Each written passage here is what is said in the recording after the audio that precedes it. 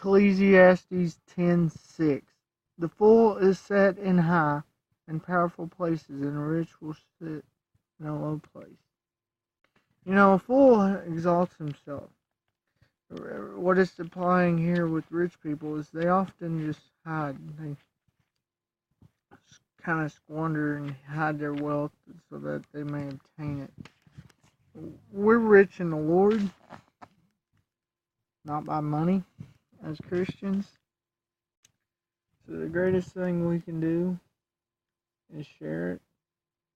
Share His wisdom, not some wisdom we self-glorify.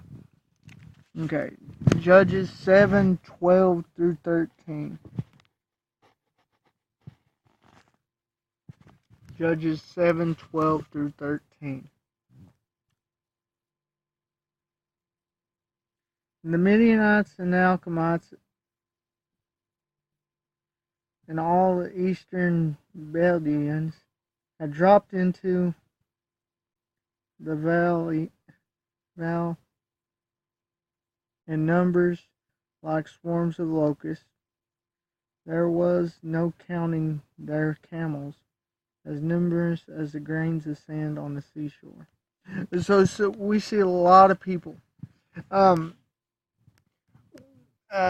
One translation said grasshoppers, which I thought was interesting because when Israel first tried to pursue the promised land, the spies said we as look as grasshoppers to them as their giants. So it's interesting that the scripture here says they're as grasshoppers, as locusts, which is similar to a grasshopper, I reckon. But it's just interesting because it's comparing their many. Like locusts would come in and eat everything and then leave. But they'd be swarms. There'd be enough to destroy everything. There's comparison, there's destructions in it.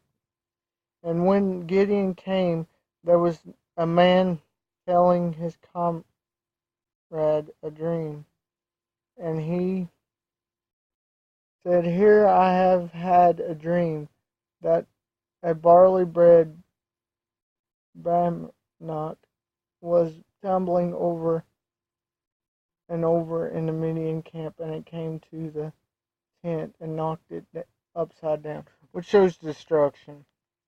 This simply dream shows that Israel's going to overthrow the Midianites. God already told Gideon this, but this dream shows this man this, and is further proof to Gideon that God's in control. It don't matter how many there was, God's bigger.